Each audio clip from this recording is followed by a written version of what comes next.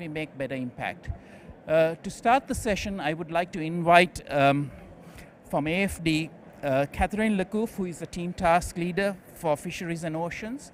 And AFD has very kindly supported our work in Tanzania. Thank you.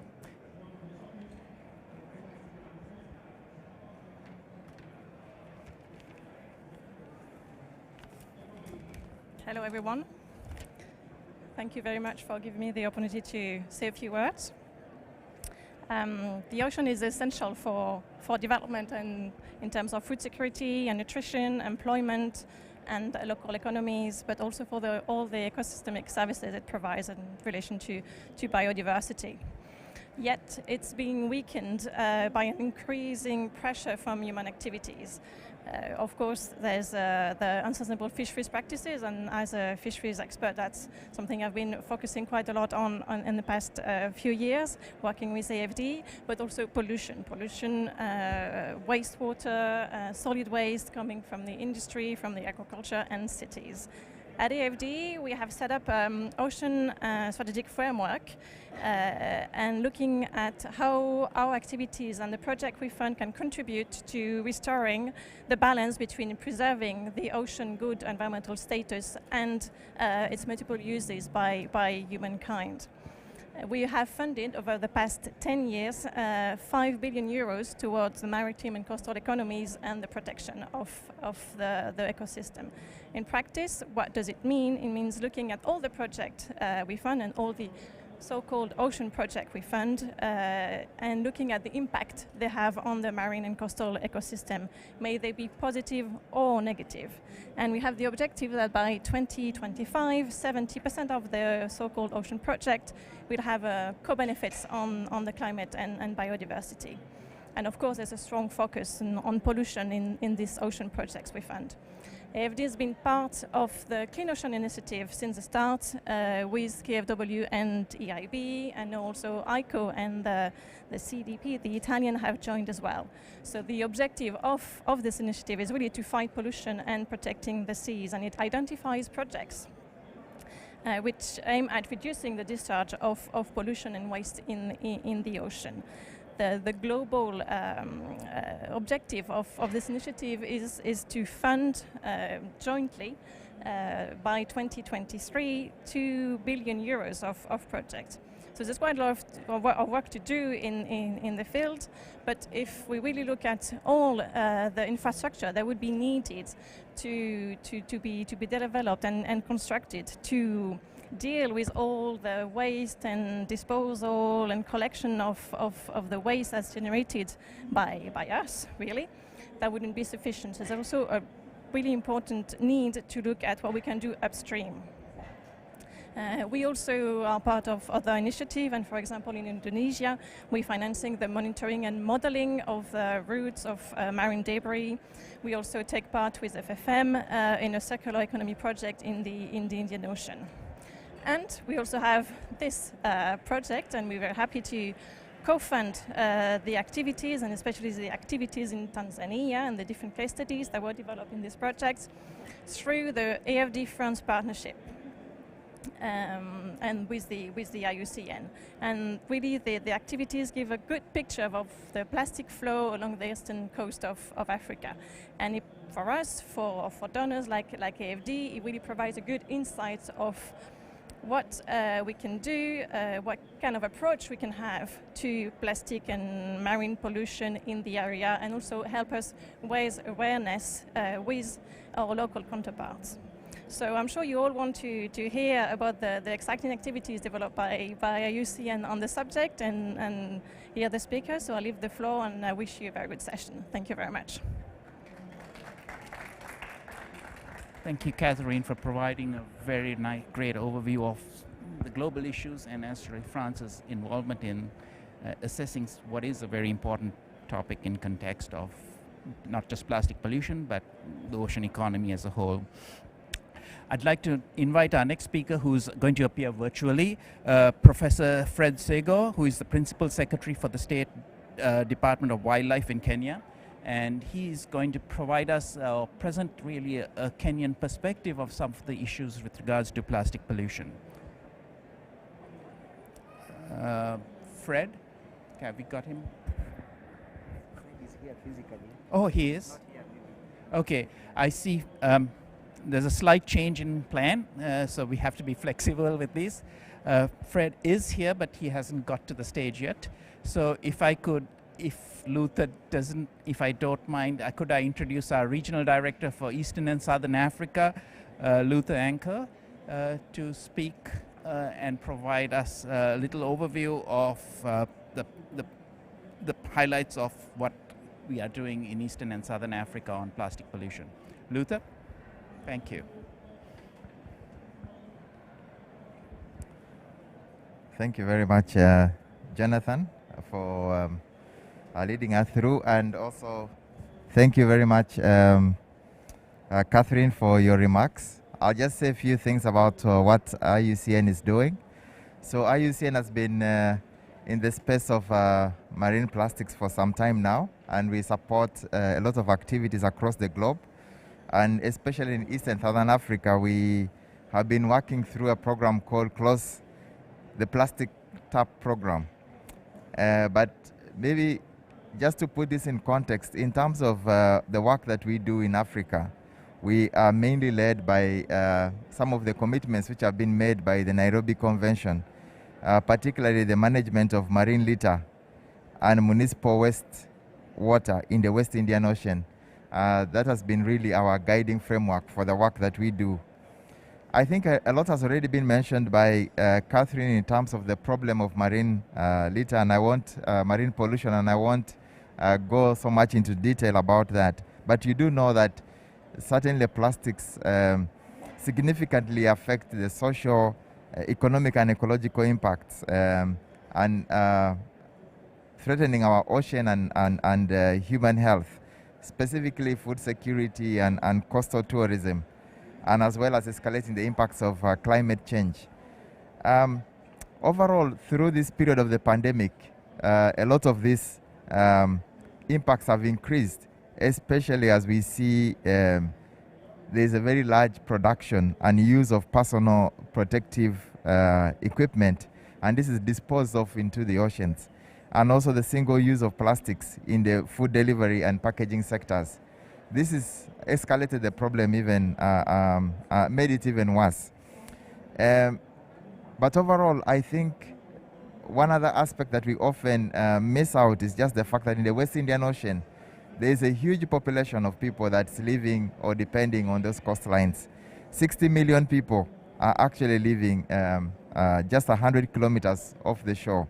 And in Mozambique alone, 60% of the population, country's population, live in the coastlines. And they depend on this for their livelihoods and all the other ocean goods and services. IUCN has been involved in some analytical work over the years, and we have particularly identified priority polymer and application hotspots, strategic interventions and policy reforms that need to be implemented. So the analytical work was looking at identifying specific hotspots for the flow of plastics, but also looking at policy reforms that need to be implemented. And there are quite a number of recommendations that have come out of this piece of work. Some of the recommendations are fairly straightforward, such as minimizing the importation of plastic objects that cannot be recycled within the countries, and also to reduce the demand for the on-the-go plastics. Some other recommendations are to increase waste collection in areas prone to plastic leakage. So while this has been going on, and a number of countries that we focused on have had specific country reports, we have also found that at a very pilot scale, we've had to support some on-the-ground circular actions where not a big investment in terms of money, just about 350,000 to stop the flow of plastics. I would say that this is really, really so small because it's at a point of piloting. But much more exciting is the fact that recently we launched what is called the Regional Circular Plastic Economy Innovation Hub. It's a fairly long name, but really this just aims at creating a platform for which we can build out some innovations and science around blue entrepreneurship, and ensure that we build businesses or business-led actions around these interventions. And so I would really want to welcome various development partners, to welcome various other partners to join in these efforts so that we can scale these local actions to ensure that we drive development action. We drive actions around sustainable, inclusive, and resilient blue economy.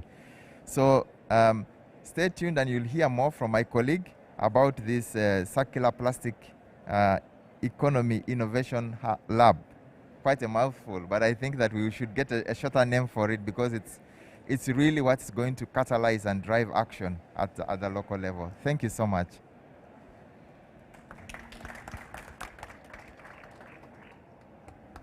Thank you, Luther, for those very interesting and important words, particularly with regards to promoting innovation to build on some of that early work that IUCN has started in terms of quantification and qualification. I think we're still waiting for our other panelists to join. So in the interim, may I ask Peter Manyara to take the floor and maybe brief us a little bit more in detail on what IUCN is doing in the Western Indian Ocean. Thank you. Peter.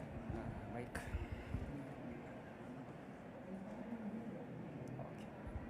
Yeah, good. Is it good afternoon or good morning? Good afternoon, colleagues. Thank you very much for coming. So I'll be briefly highlighting the technical outputs that we've been able to yield in the past 2 years or 3 years of running of the Marine Plastic Pollution and Coastal Communities project.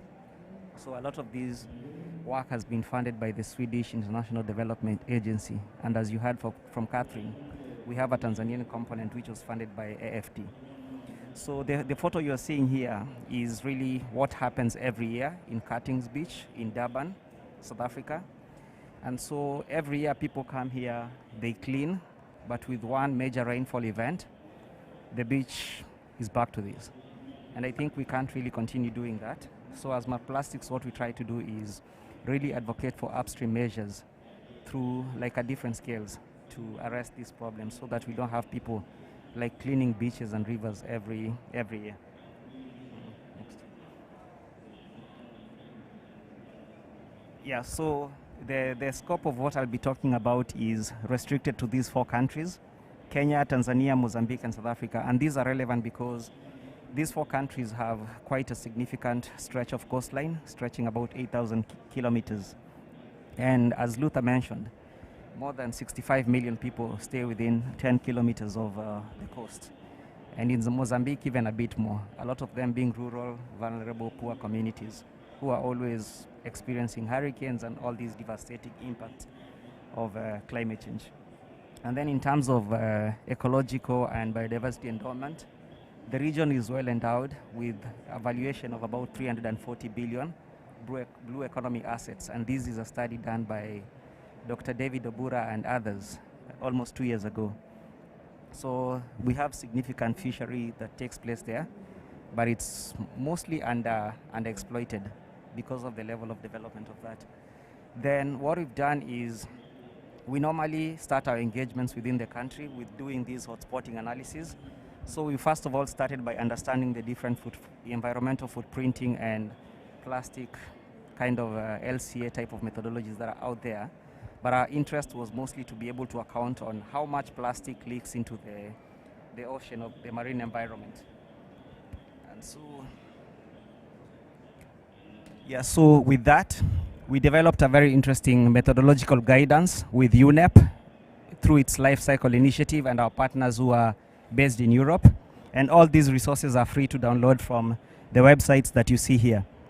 So within the region, we've produced 4 excellent reports that really provide a very graphical, in a very graphical manner, the major like dimensions of leakage, be it in polymers, be it in different uses or applications, be it in different sectors and also different regions and also different stages of the waste management value chain.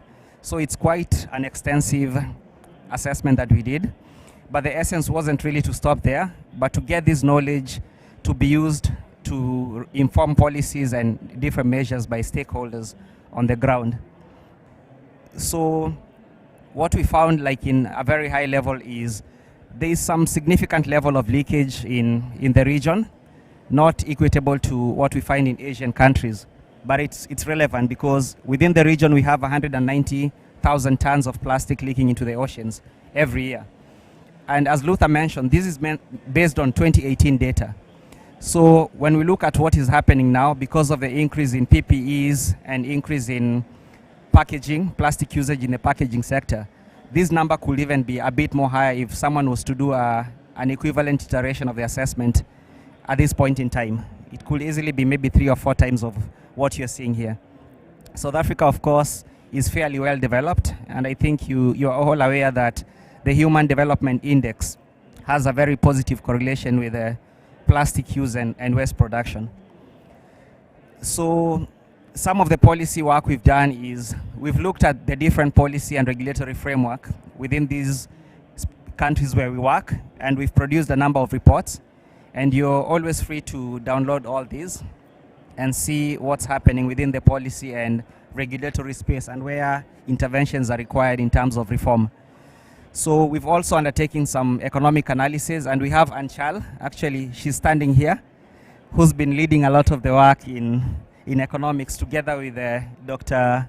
Leander, whom I don't think is in the room, but if you're interested in the economics of marine plastics and its implication in livelihoods, food security and health, especially of coastal communities, feel free to speak to Anchal.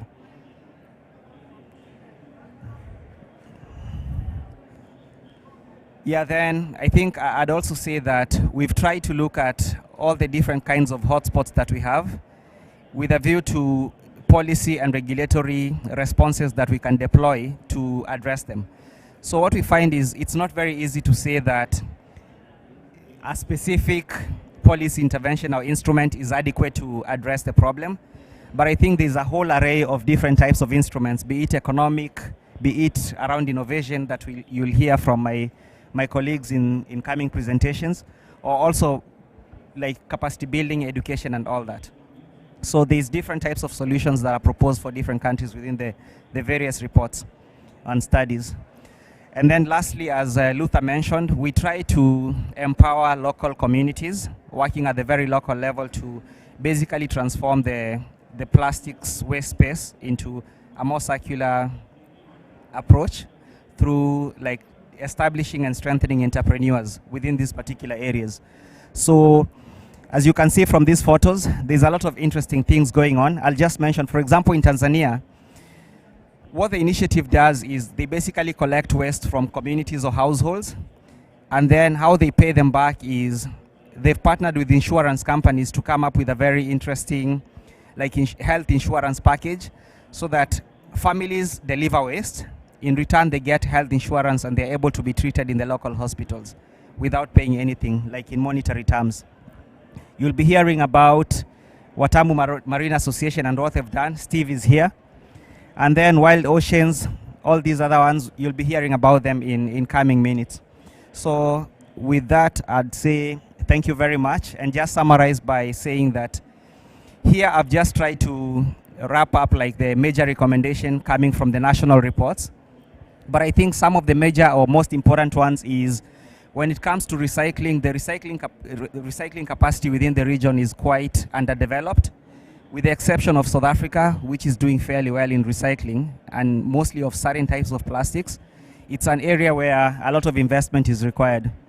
But I think what is an opportunity for most of our countries is when it comes to production and importation of goods, if most of our countries can maybe put bans or actually restrict themselves from bringing in products that cannot benefit from a recycling solution within the countries, that's already a very significant move that can minimize wastage into the oceans. Then in terms of tools, capacities, that's an area that's required, especially for city managers and municipalities. And so IUCN, UN Habitat, and so many other sectors like SPAIL are working to basically strengthen that particular component. Littering and open burning is something that is highly prevalent in all African countries. So within neighborhoods, you always find people put their plastic outside on the street and then they burn it. So there's a lot of emission that are harmful, a lot of toxic gases that emanate within these communities. And I think people are developing like health complications because of that. So that's something that is a quick solution that really should be deployed within our suburbs and municipalities. Then the value of after-use plastic, I think that's a relevant one because I think plastic is so cheap and that's why we don't value it. I appreciate that in this event, they've attached €1 to the plastic cup that we use. So if you can have all these different plastics where if you take it somewhere, there's some monetary return or maybe some form of token or incentive, I think it will get most of us returning all the plastic we use to some retail space or something. And then lastly, as Luther mentioned again, funding is something that we really require. We don't require a lot of funding, but what we see is even the small monies that we've invested, as you'll hear from some of the initiatives that we'll be presenting, is that these small monies are actually resulting in transformative impact to men, women, and youth in these coastal communities who otherwise don't have any other source of income. So I think with that, I'll stop and hand over the mic to Janaka. Thank you very much. Thank you, Peter, for that very informative and great overview of some of the critical issues we're addressing in the Western Indian Ocean on plastic. And actually, that was a great segue to my next panelist, who is going to be Ricardo Sacchetti. And I apologize if I pronounced your last name wrong.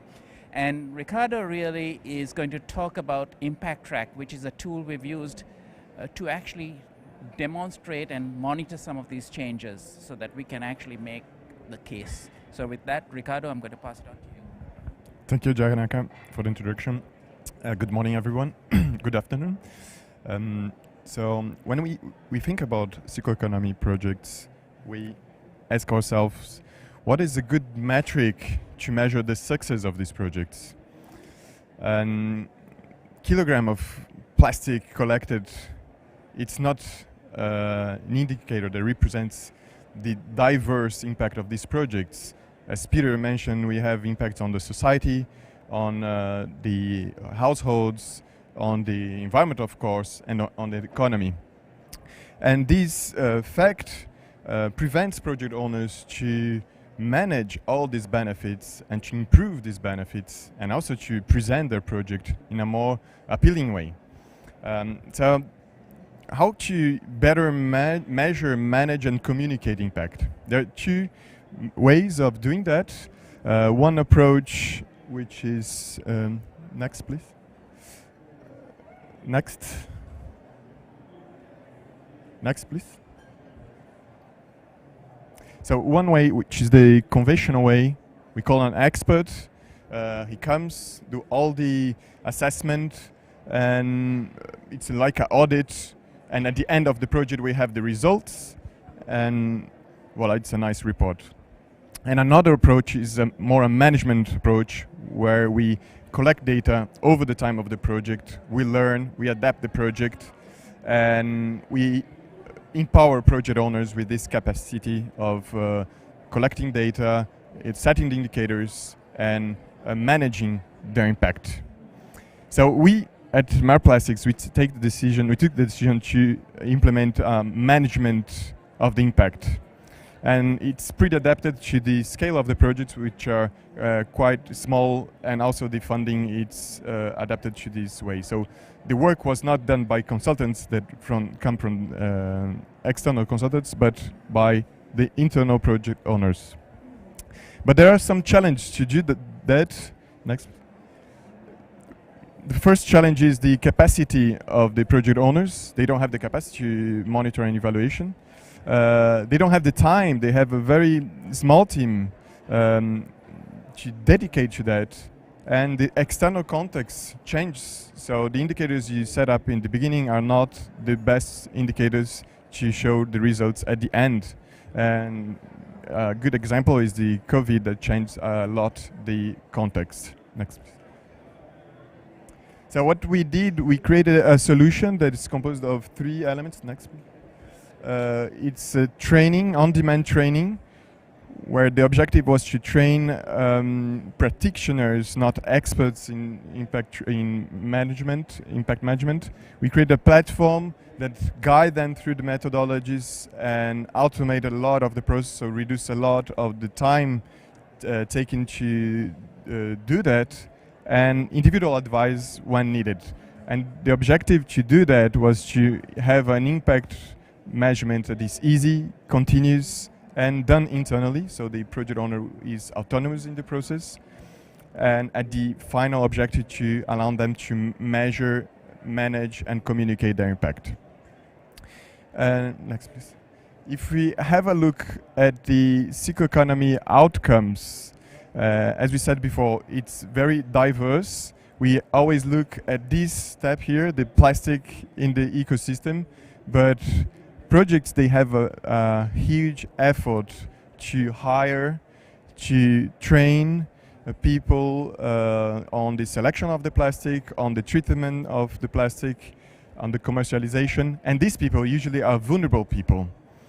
And these projects, they help people to improve their financial situation, to include the people in the society. So there is a huge improvement of the dignity, of self-confidence of the people.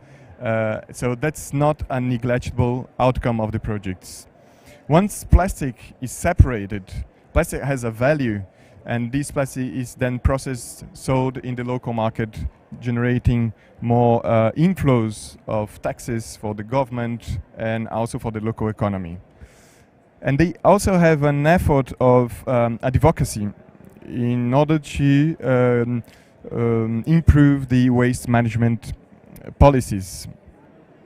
Regarding the ecosystem, that's a topic which is quite complex. We have also always the tendency to measure the stock of natural resource of the ecosystem. And this is tricky, this is complex. An inventory, it's very time consuming and costly, and we don't have the resource to do that at a project level.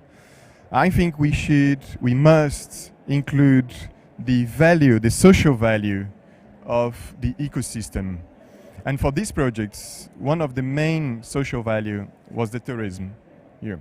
So this is also a very important outcome, the benefits for the tourism industry generated by the projects.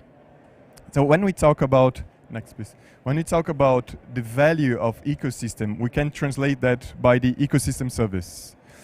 And today I've been seeing several evaluation frameworks.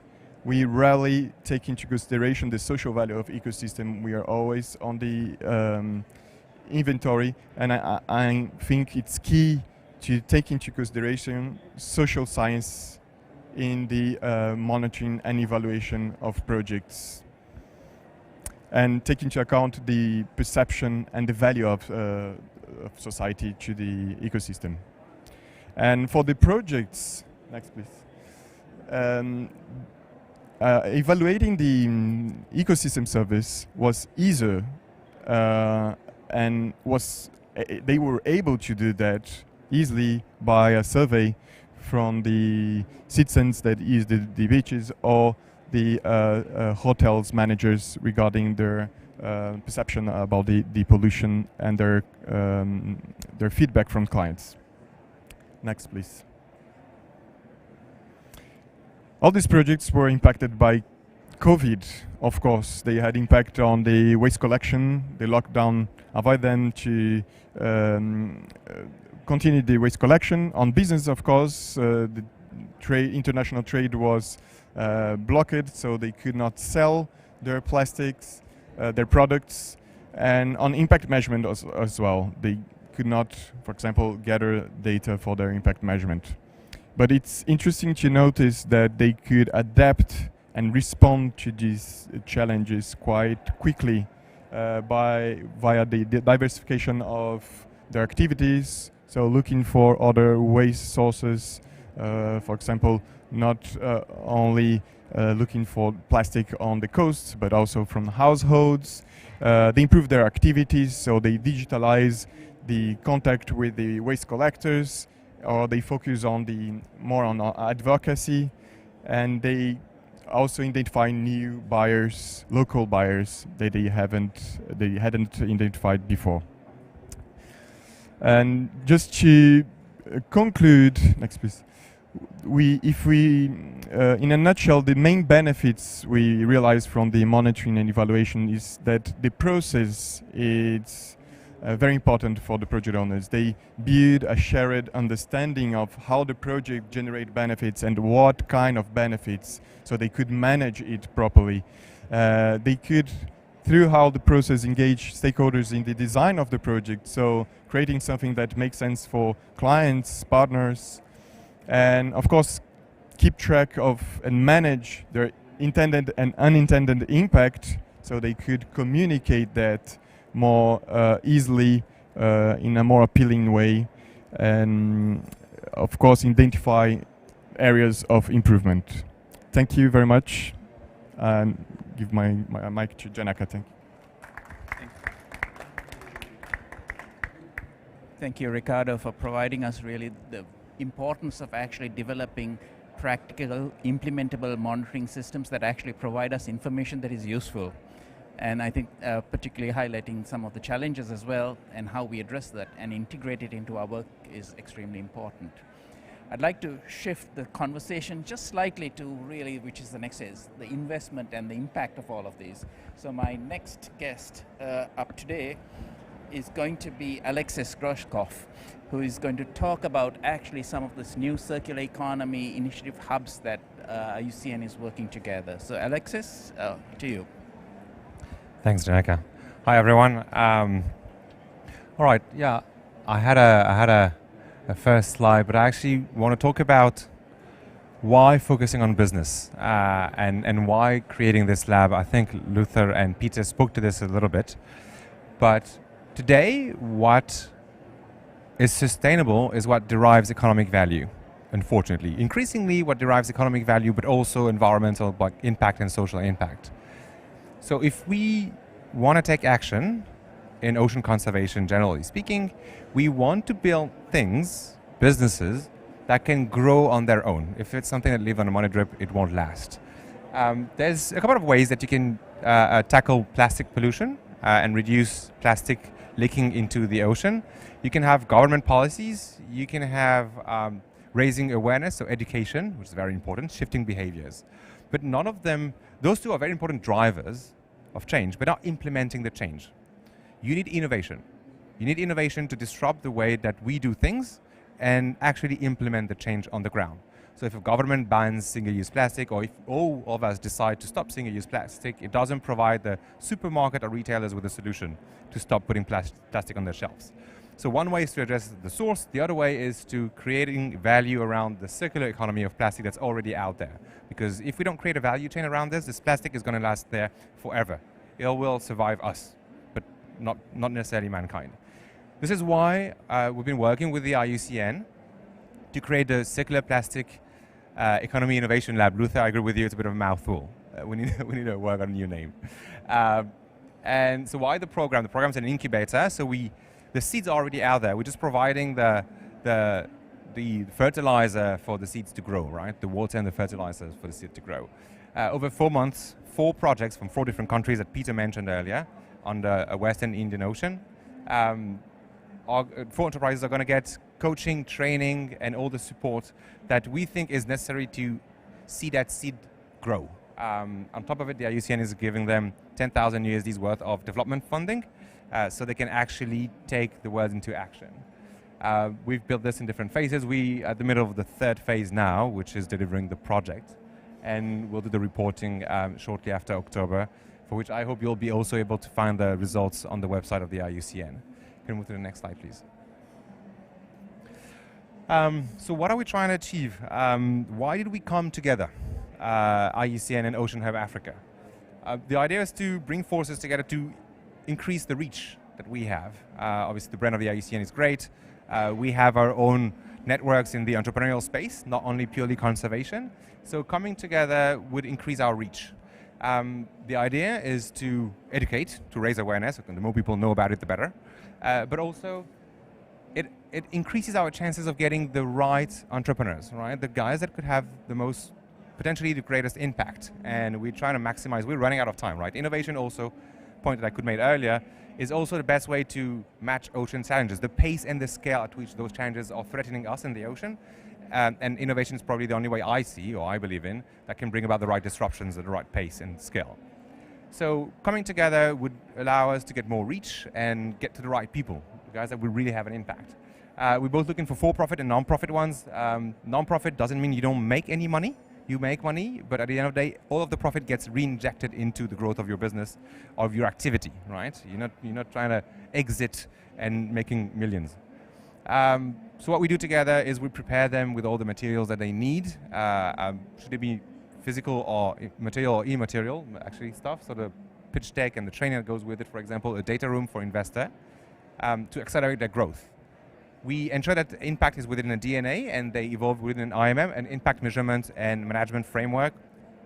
Ricardo, you spoke about this earlier. Obviously, you can't improve what you can't measure. So we're trying to make sure that they have this in mind. And developing the network and the business acumen, because ultimately the goal after 12 weeks is that they can be able to raise money and sell their products. Next slide. So how do we go about this? So we have an exhaustive selection process. Obviously, a lot of it happens at this time. The selection is key. The program comes next will depend on the entrepreneur and its the product that he has, but also its willingness to learn and to implement. So this very short time that we have for selection is essential to the success of the program. So we apply a lot of effort into this.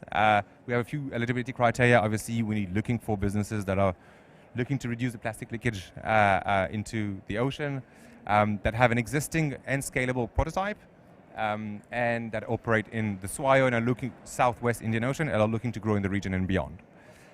We're looking at impact and the impact potential. We're looking at the value and the mission, the vision that the entrepreneurs have and the company behind it. The business model, is it going to thrive once we let it grow? Is it going to use the system actually that is creating the problem, right? If we're doing something that can generate profit, it's actually leveraging the very system that caused the problem in the first place, which is what we're trying to achieve. How innovative and how reliable the innovation is and scalable there again, and the team behind it obviously must be dedicated and believe in what it's doing. Key outcomes. So obviously, unfortunately, everything's online. It would have been nice to mingle and connect and create more synergies. But we had brought everyone together online only. This is a screenshot of the selection committee. We had very high-level individuals helping us shortlist the startup and select them. And over the course of the 12 weeks of the program, we've been working on different training sessions where we're trying to build the fundamentals.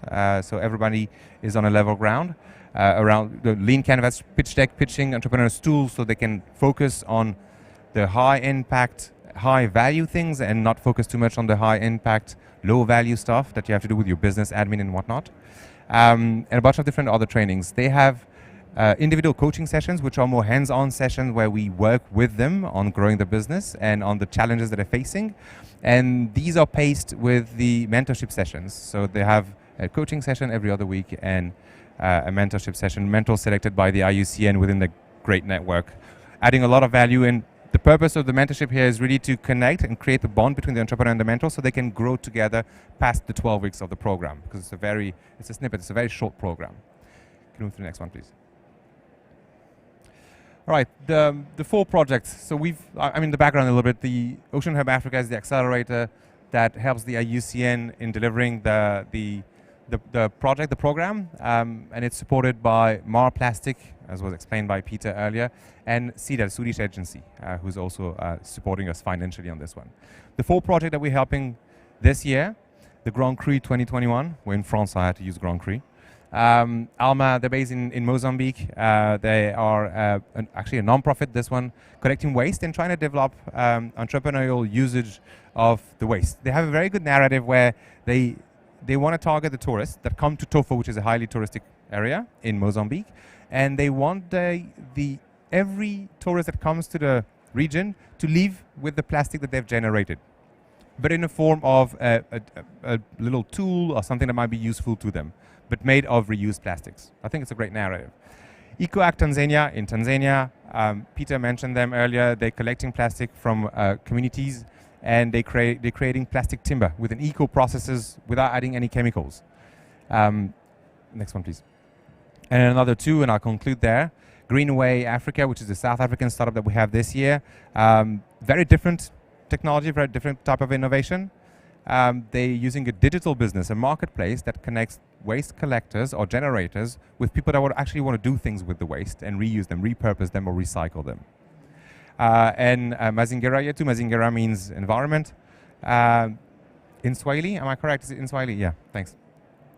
In Kenya, and they're focusing on the bottom of the pyramid and trying to strengthen the local community in understanding the value that there is behind waste. So they're trying to shift the mindset from waste to actual treasure, to treasure the plastic and not trash, not consider it as trash.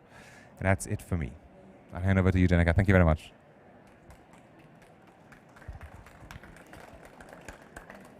Thank you very much, Alexis, for that really interesting overview of some of the innovative actions that are taking place in the Western Indian Ocean. And I hope that can be actually a model that we can actually expand globally, because I can see the value of actually expanding right across the regions we work in. So you're leading, I think, part of our group here. Really grateful. We're going to shift the focus of our program slightly. I'm not sure whether we still have our Professor Sego here yet. No? So in that case, really where we are going to go now is really hear from some of the practitioners working at the ground level. Unfortunately, most of them will be appearing virtually, but we do have a presence here with some of our members. But I'm going to start off with inviting Maria Valades, from the CEO of 3R in Mozambique, to really present to us very shortly, in about 3 minutes, some of the highlights of their engagement. So Myra, if I can get you on the screen, please. Yeah. So good afternoon, everyone. It's a pleasure to be here to talk about the work we have been doing together with IUCN and Marra Plastics in Vilanculos, Mozambique. I am the CEO of 3R. 3R is a waste management company and recycling, and we have operations in Maputo, Beira, and Vilanculos. And this is the south and the center of Mozambique. In 2020, we had the support of the Marra Plastics program to replicate our EcoPoint model that was being developed in Beira to Vilanculos. So what did we do? We have created 2 EcoPoints that are places where the population can come and deliver material and recyclable material, plastics, and get some money for it. And then a material recovery facility where we would bring this material, process it, and take it to recyclers. We also did some beach cleaning activities in partnership with local NGOs. So just bringing some results. During this 1 year of project, we have collected 60 tons of plastics. 1,400 people used the EcoPoints in Vilanculos. So we are talking about the 60 tons represent 35% of the plastic waste generated in Vilanculos. So that's quite significant. And 1,400 people, of which 45% were women. And all of this also has generated income in this city. We paid directly more or less $20,000 last year directly to waste pickers and local organizations. It's important to say that Vilanculos, for who doesn't know Mozambique, it's a small city that is located in front of the Bazaruto archipelago. Bazaruto archipelago was the first marine reserve in Mozambique. So it's very, very important not to leak any plastic in the ocean there and make sure that the tourism is also a thriving industry. As some of you mentioned before, COVID was a big challenge last year, mainly because, as I said, Vilanculos is a touristic place. So a lot of hotels and restaurants, everything was closed. And also the borders were closed and the oil price went down. So we couldn't take the material abroad. Because another point mentioned during this meeting by different players is that there is no local infrastructure to process this material. So then at some point we were stuck with a lot of material that we were collecting and we had no place to take it. But in this sense, the support from Marra Plastics and IUCN was crucial because we were able to continue buying, being reliable, creating a relationship with the community. So then now, after COVID is not over yet, but for sure we were able to reestablish our connections and find new buyers. But as a next step, what we are looking now is about investing in local infrastructure to transform these plastics in products that have value in the local market. And our main focus now is the low value plastic. So we are talking about plastic bags, multi-layer packaging, and styrofoam. So we want to transform this locally in boards that can be used for construction, and we want to replicate in the other cities where we are. So sorry if I was very fast, but I know we are short in time and I'm available for further questions later. This was in a nutshell what we have been doing. Thank you, Manyara, for that very interesting overview of what's been going on in Mozambique. I would like to now take the opportunity to invite Zanel Makoko, who's the director of Greenway Africa, to make their presentation online.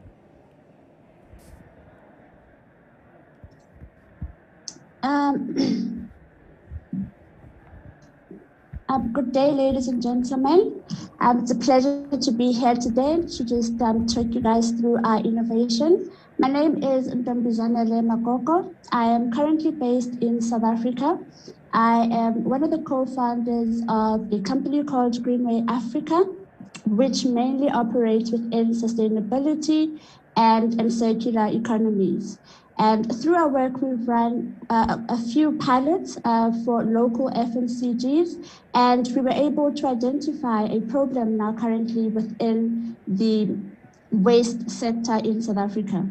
We identified that a majority of the waste that's currently being generated today in South Africa is lost in communities, and that a majority of it also lands in landfill.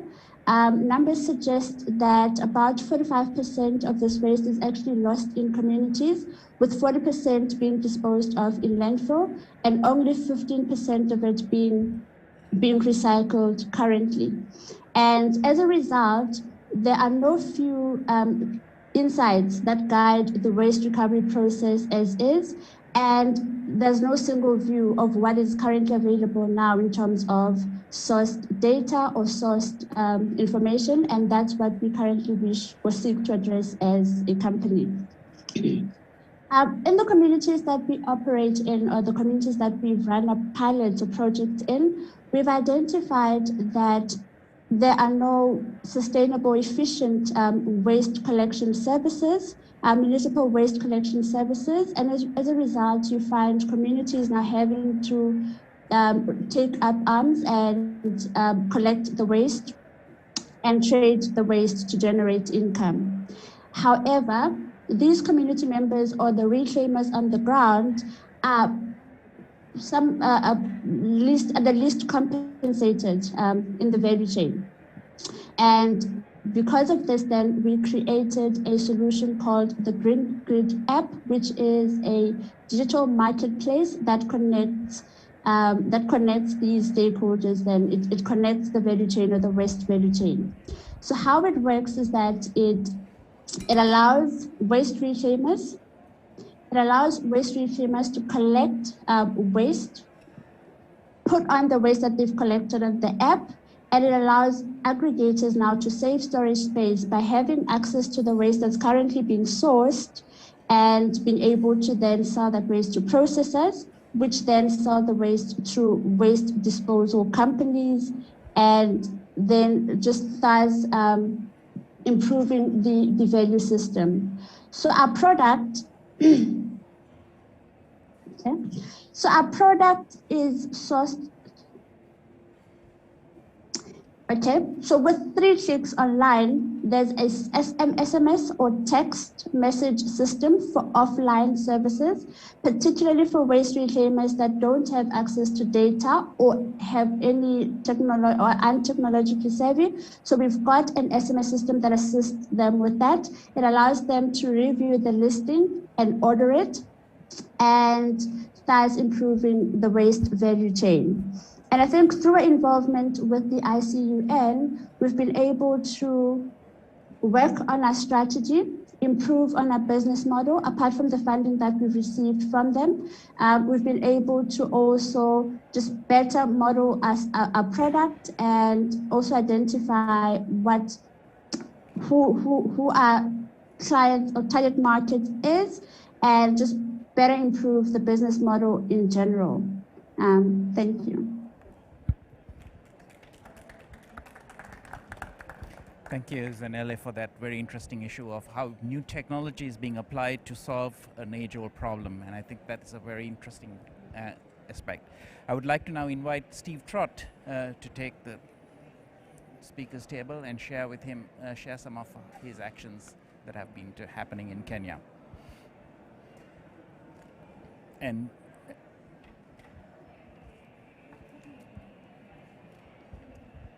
thank you, Jagannak.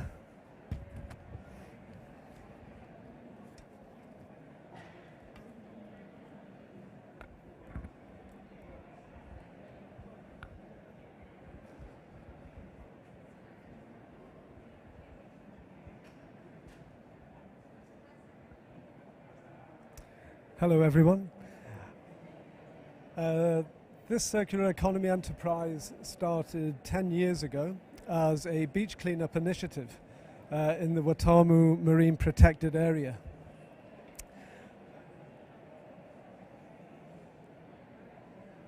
Okay. And here we are in the Watamu Marine Park, our beautiful marine park, but not looking so beautiful in this picture. So we're just going to briefly look at the key plastic-related challenges, the socioeconomic context, solutions and propositions, and also the value addition of IUCN Marra plastics. So looking at the challenges, marine plastics reach Kenyan seas and beaches, transported on ocean currents from regional countries and island states such as Tanzania, Seychelles, Comoros, and as far away as Indonesia, thousands of kilometers across the Indian Ocean.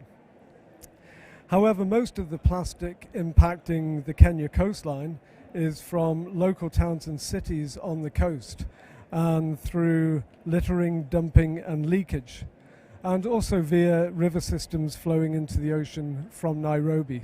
So we're looking at multiple sources of plastic impacts. This combined with inadequate waste management infrastructure, not just in the coast but in Kenya generally, and a lack of investment in waste services and recycling means we do have a problem.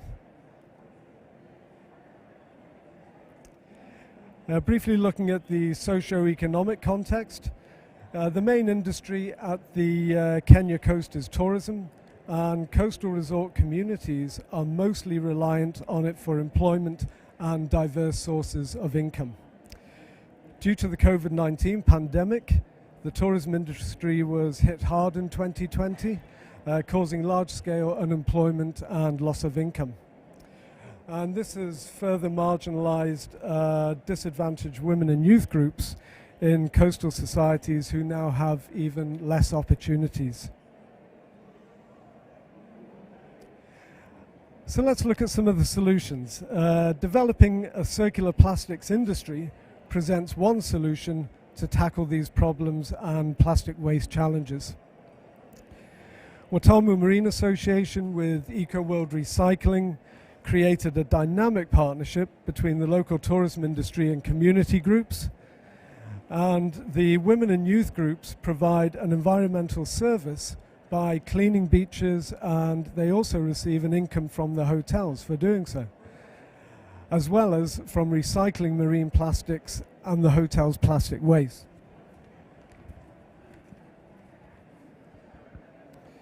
In addition, we have set up buyback schemes, paying waste collectors for each kilogram of plastic and creating even more income streams. Over 1,000 individuals just within our local area are now receiving an income through this scheme, which we're planning on upscaling. Marine plastic is also upcycled to make novel curio products like keyrings and fridge magnets, which are then sold in the hotels. And for those of you who wait to the end of the session, you'll receive one as a gift. In addition, we've also, we also want to invest in much larger upcycling opportunities and start manufacturing building materials such as bricks and tiles from upcycled plastic to construct community buildings and schools. We invite international governments, organizations and companies to partner with us on this innovative and exciting opportunity. We're also looking for entry points to the European plastic credit market, so that is also a big interest for us. For value addition of IUCN Marplastics support, the Marplastics project has enabled this social enterprise to upscale operations through procuring a waste collection vehicle and recycling machinery, and to increase the volume of plastic recycled and to cover the whole of the county with an urban population of more than 300,000 people. During the project period in 2020, we recovered 48 tons of marine litter and plastics from the Watamu Marine Protected Area, which was a pretty good result. For the way forward, we believe that empowering coastal communities to manage plastic waste and investing in recycling and upcycling enterprises will help to grow the circular plastic industry in the Africa region and reduce plastic impacts and to create multiple livelihood benefits for thousands of people.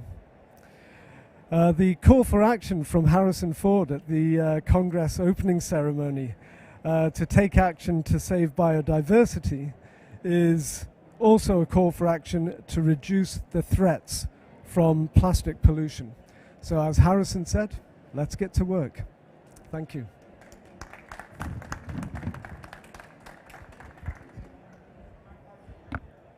Thank you very much, Steve, for giving us an overview of really the importance of addressing not just plastics from the life cycle, but also its impact on marine protected areas and biodiversity, which naturally is an important area that IUCN focuses on. And I think that is particularly interesting to link those two elements together.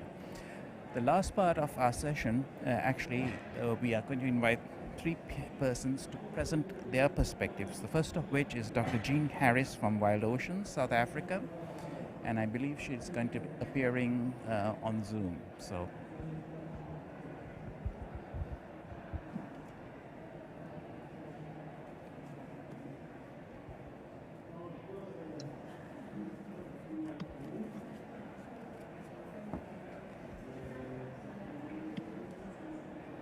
Hello.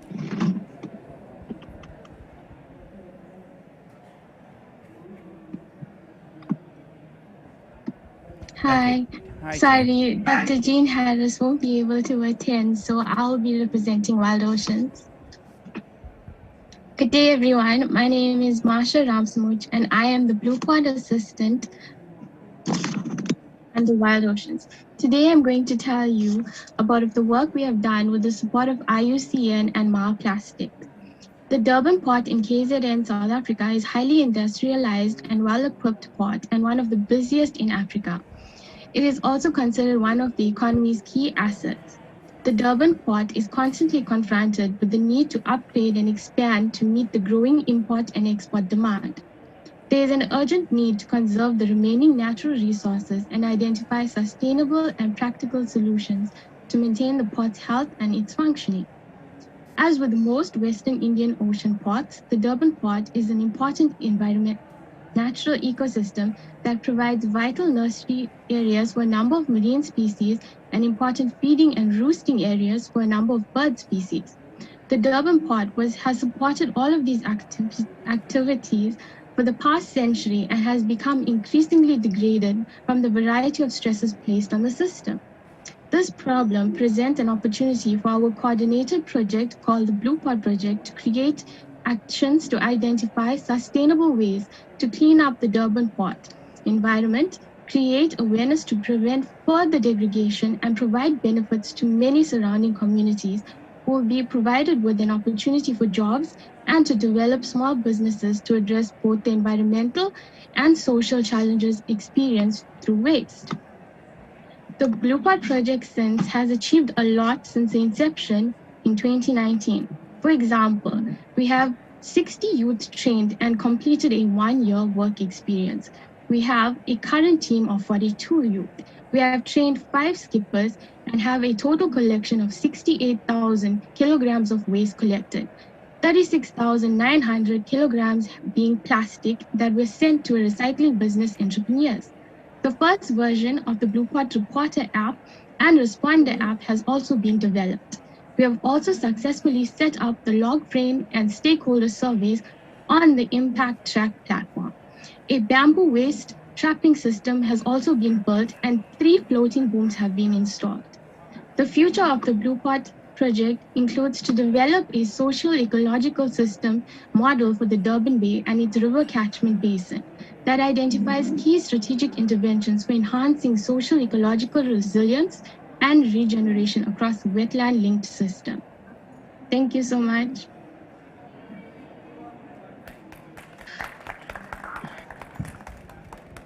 Thank you very much for sharing us some of the work that's going on in Durban Port, in particularly the urban areas, and also linking it to youth, I think, which is another factor that needs to be taken when one addresses plastic pollution at a broader level. Our next guest is David Mutinga, who is the Director of Ecosystem Restoration from the Manyara Yeti organization in Kenya, and he's going to present his perceptions and views on issues of plastic waste.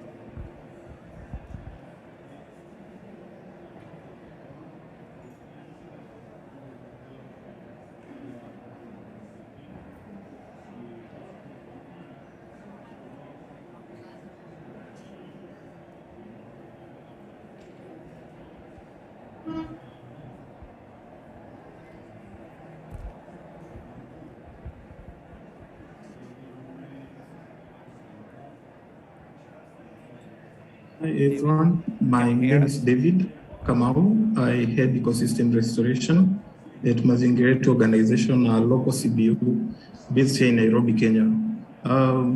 The project we are currently engaged in is the Ngong River Restoration Project, and our point of interaction with the IUCN Plastic Project. We started in 2019, basically cleaning up a 9-kilometer stretch that flows through Kibra, the largest informal settlement in Africa. But we recognize that in as much as we are evacuating solid waste from the river, it only took at least 4 days after the cleanup to get dirty, and thus we needed to solve the problem directly at the household level where the waste was coming from.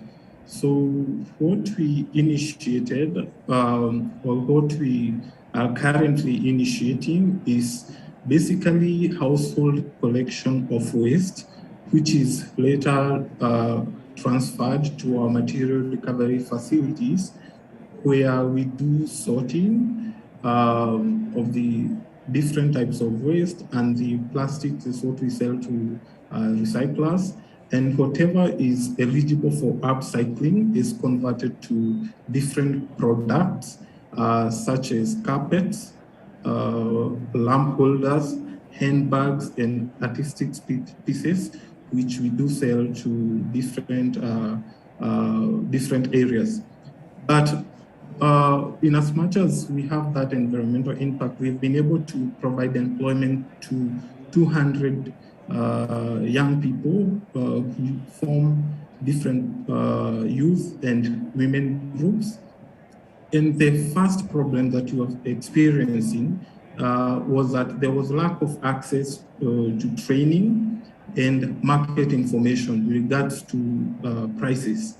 And through the IUCN Plastic Program, we've been able to be taken through this training or this accelerator program, where now we've been able to identify ways by which we can be able to market ourselves as an entity and get even more or better prices for our products.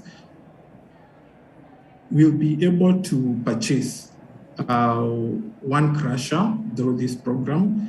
And basically, if you are to sell the plastic as whole to recyclers, what we get is 19 Kenya shillings. But after crushing the plastic into different sizes of flakes, which we sell to the recyclers, we are able to get around 25 to 30 shillings from the recyclers, which is quite profitable for us and for the different youth groups that we work with.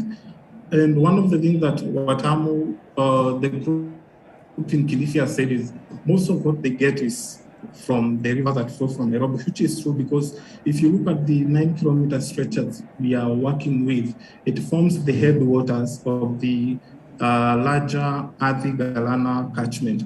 So basically our waste is from Kibra is what will flow directly through to the ocean. But if we are able to deal with this waste here, we'll have the social impact that is providing employment to the over 200 youths, and also the environmental impact by preventing the waste from flowing into the oceans. So basically that's what you're working on.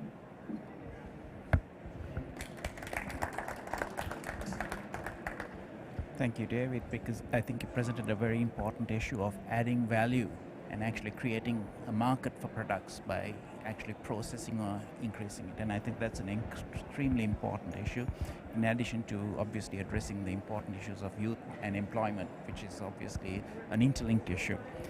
Our last person in this section is Monica Wajkowska, who's the Business Development Manager at Alma Mozambique, and she will be appearing on Zoom as well, and should start shortly. Hi, hello. I'd like to share my screen, if that's okay. Yes, you can do so. Okay. Okay, can you see my screen? Can you hear me? We hear you, but we don't see your screen yet. Okay.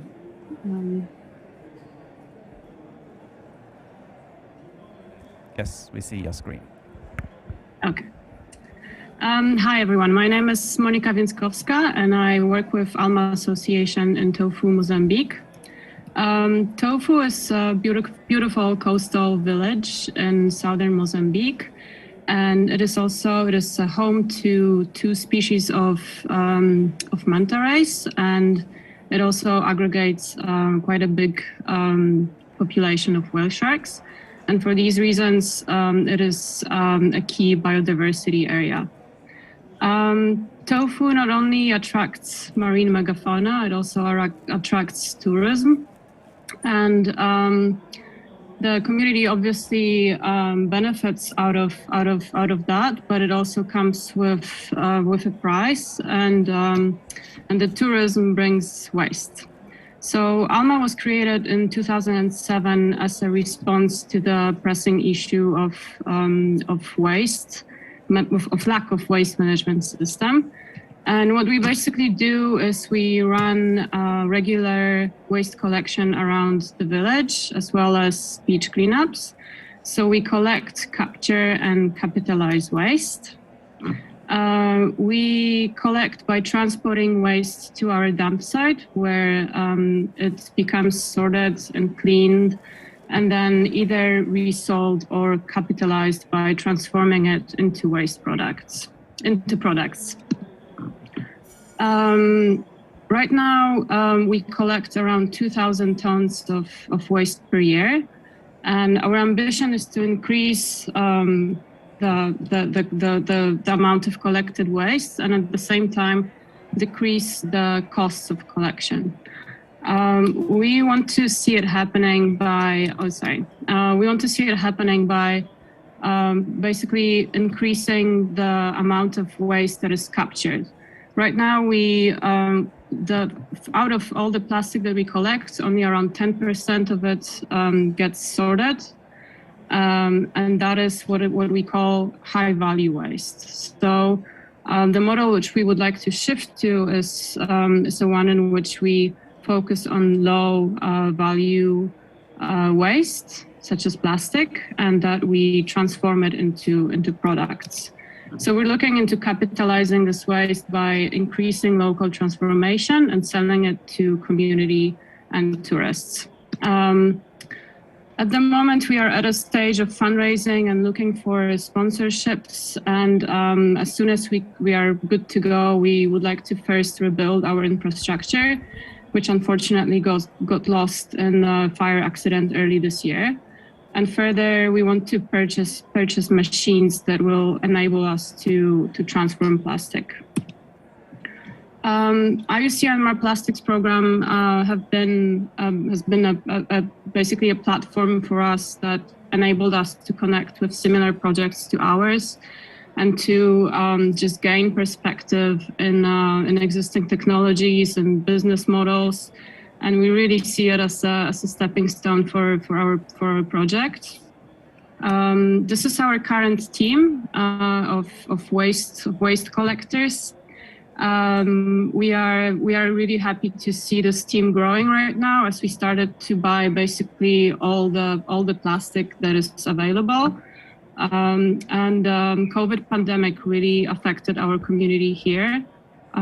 So this cash for trash model that we're running, we really hope is going to help this community.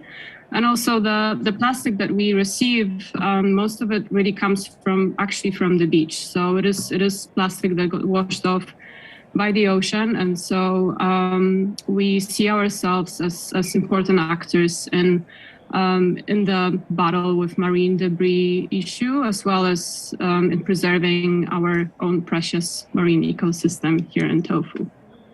Thank you very much. Thank you, Monica, for that very insightful issue of addressing marine debris and particularly engaging the informal waste sector.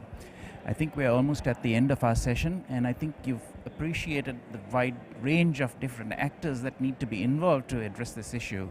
And to conclude, I would like to ask Thomas Bernard to come up and provide us some final words. He is the regional coordinator for marine and issues and resilience. So Thomas, the floor is yours to end this session. Thank you. Thank you. Thank you so much, Jagannak. Well, I'm not going to take too much of your time, because I think you've listened also already to so many great presentations. I guess one of the points I want to make is that as you've just seen and experienced, that there's so many great things already happening. Like the solutions are there. Like the people are already, Steve, you've been working on this like for so many years. Now we're at this critical time where either we manage to accelerate dramatically what is already being done by, in our case, IUCN members and partners, and really help them scale up and go so that we actually address those 8 million tons of plastic that are dumped in the sea every year. So how do we do that? We need the scale. And how do we achieve the scale? We need the funding, and we also need the right type of support. So this is why now, for the region, we are setting up a blue entrepreneurship program that will literally and deliberately focus on the sort of how to unlock acceleration and upscaling. So it's going to be like a few pillars. One of them is going to be about capacity building. Why? Because it's really about sort of people that need to understand how to eventually sort of reduce also the marine plastic debris, etc. And here that also means, for instance, working with the micro retailers, which are indeed, as a matter of fact, in many of those cities, coastal cities, a huge source of those marine plastics or plastics that end up in the ocean, and often also this type of plastic that is very hard to actually recycle. So for instance, working with them, building their business skills as well as increase their awareness, helping them set up eventually sort of recycling centers, etc. Now, another pillar that's going to be absolutely critical is access to finance, and the right type of finance, because otherwise it's just not going to work. And that means that obviously looking into the type of blending finance, and I'd say even blend it more than it already blended. And what I mean here is it needs to be invested upstream much more early stage, because now the whole sort of blended finance operation and mechanism and sort of sphere has been very much driven by the financial sector. Basically those big investors saying, we have a lot of money, we don't know where to put it and it's too risky, so give us money and then we'll take less risk and then eventually we'll do that. But for that to happen, you actually need a pipeline to still be able to absorb that blended finance. And now in our context, that's the enormous issue. People that come to me and say like, where is the pipeline? I mean, like, I have so much money, but where it doesn't exist yet. We're not yet there.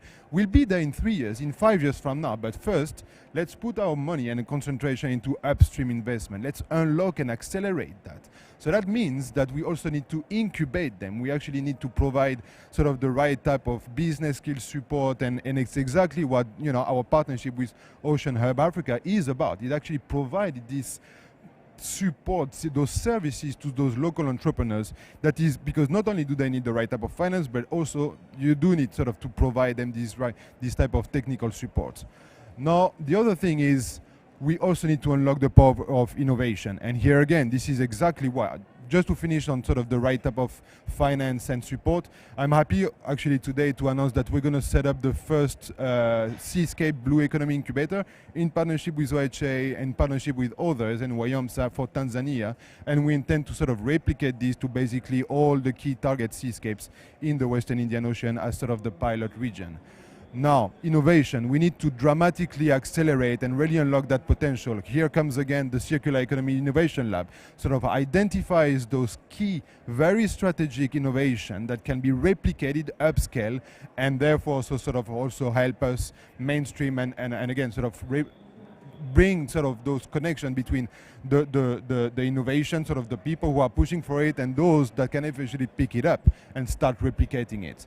Now, another one, which is absolutely critical, is going to be about disruption. And that means that in certain value chains, including on the marine plastic, there is certain things that can be handled by the mass, by like lots of like, you know, marine plastic collectors or recycling plants, and some very specific operation needs to be handled by what we are calling ocean ventures. And therefore, here we are setting up an ocean venture studio that will deliberately try to identify those gaps, those sort of sweet spots that need to be filled by an ocean venture that will actually sort of accelerate the upscaling and the acceleration of the entire value chain, right? So disruption. And the last but not least, which is very, very critical, it's about advocacy and building the ecosystem of partners. Just yesterday, again, I was in another panel and someone was like, you know, I have this great idea, but, you know, I don't know who to talk to, who to pitch to, and who can sort of help me. Well, this is exactly what this is about.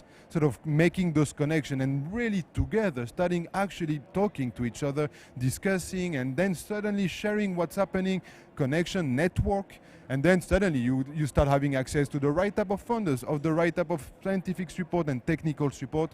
And advocacy is about obviously working with the government about policies, because at the end of the day, we need the right enabling environment. So that we need the right policies and we need the right leadership. That means that the mayors, the presidents need to be on board and leading the charge, because they will be the one that will be instrumental in really helping us reach the scale and the level of acceleration. And so this is exactly why now we are also supporting the establishment of what we are calling now the Great Blue Wall Initiative, that is exactly about that. I'm sure you've heard about the Great Green Wall, was same but blue, right? And it's not, you know, it's not rocket science. Let's not reinvent the wheel. We don't have time to reinvent the wheel. 2030 is the deadline. So let's get to work, as someone said, I think, at the opening. Thank you.